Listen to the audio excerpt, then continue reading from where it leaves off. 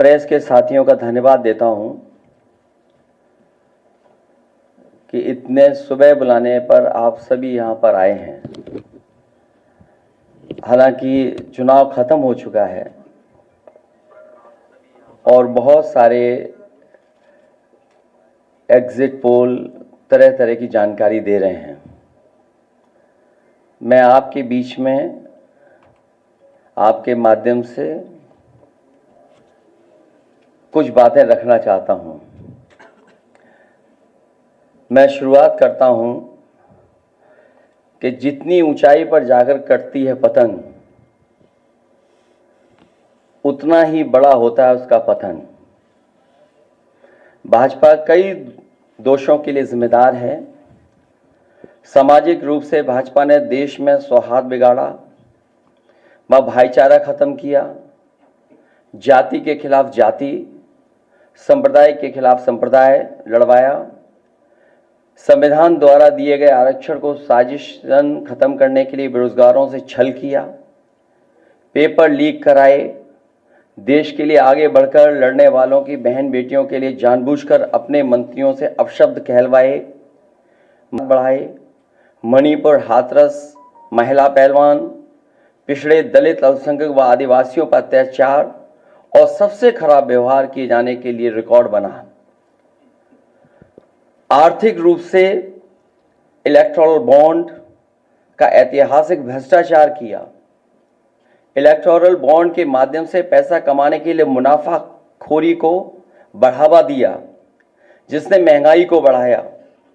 अपने फायदे के लिए भाजपा ने जनता पर बेतहाशा महंगाई थोप दी, नोटबंदी से व्यापार का चौपट कर दिया, भ्रष्ट जीएसटी से छोटे दुकानदार तक को मंदी का शिकार बना दिया, किसानों की जमीन हड़पनी चाहिए, काले कानून लाने चाहे, खाद की बोरी की चोरी की, लाभकारी मूल्य नहीं दिया, 35 सालों की सबसे बड़ी बेरोजगारी में देश को धकेला, महंगाई से गरीब को और गरीब बना दिया, अमीरों के अरबों के लोन माफ किए लेकिन किसानों के ऋण के लिए आत्महत्या के लिए मजबूर किया, ब्याज की दरें घटाकर मध्यम वर्ग की बचत को बेकार कर दिया,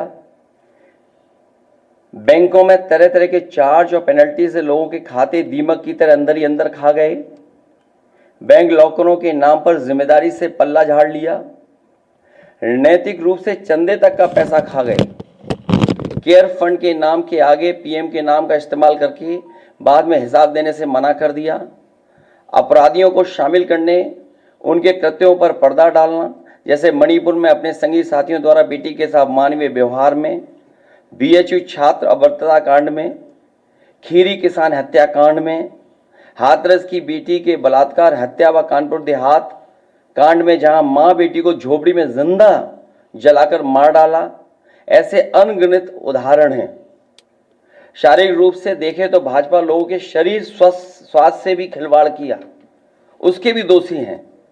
भाजपा ने बिना जांच परखे जानलेवा वैक्सीन लगवाई, कमीशन खाकर गलत दवाइयों को पास करके लोगों का जीवन खतरे में डाला। इसका सीधा असर जनता की सेहत पर पड़ेगा और आने वाली पीढ़ियों की तंदुरुस्ती पर भी। भाजपा पीढ़ियों पर प्रहार की दोषी भी है। मनोवैज्ञानिक रूप से लोगों के दिल और दिमाग में जानलेवा वैक्सीन लगवाने के बाद बीमार होने पर डर बैठा दिया, महिलाओं के अंदर असुरक्षा का भाव घर कर गया, युवा अनएम्प्लॉयमेंट या अंडर एम्प्लॉयमेंट से डिप्रेशन का शिकार हुआ। राजनीतिक रूप से चंडीगढ़ के मेयर चुनाव में कैमरे के सामने धांधली की, चुनी हुई सरकारें गिराई, खरीद फरोख्त का नकारात्मक सियासत को जायज ठहराया, पारिवारिक रूप से राजनीतिक फायदे के लिए परिवारों को लड़वा दिया, भाई के खिलाफ भाई को। मानसिक रूप से भाजपा ने अपने ही समर्थकों को हिंसक बनाया, मॉब लिंचिंग को मानसिक रूप से सही ठहराने की साजिश की, आपराधिक रूप से ऐसे लोगों को मंत्री पद दिया और बनाए भी रखा जिन्होंने किसानों की हत्या की, जो महिलाओं पर अत्याचार शोषण के दोषी हैं।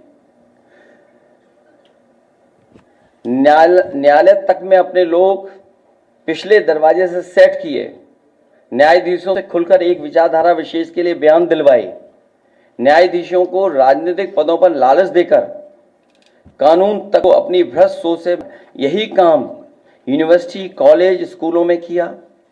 नौकरशाही में लेटरल एंट्री के बहाने यही धांधली की। योजना आयोग खत्म किया। ED, CBI, IT, income tax को सरकार बनाने, बचाने और चलाने के लिए इस्तेमाल किया। झूठे आंकड़ों से देश और दुनिया को छला, जिससे अंतर्राष्ट्रीय स्तर पर भारत को विकासशील देशों की भाजपा ने इन्हीं सब कारणों से देशवासियों की जिंदगी को खतरे में डाल दी। भाजपा का झूठा राष्ट्रवाद, चीन की घुसपैठ से रजांगला मेमोरियल जैसे शहीदों के बलिदान का स्मारक तक नहीं बचा पाए। भाजपा की भ्रष्ट नीतियां बीते कल के लिए नहीं बल्कि भविष्य में भी देश की रक्षा के लिए असमर्थ व अक्षम है। इसलिए जनता इस बार गांधी जी को याद करते हुए करो या मरो की तरह आंदोलित हो गई है। से देश नकारात्मक ताकतों से आजाद होने जा रहा है।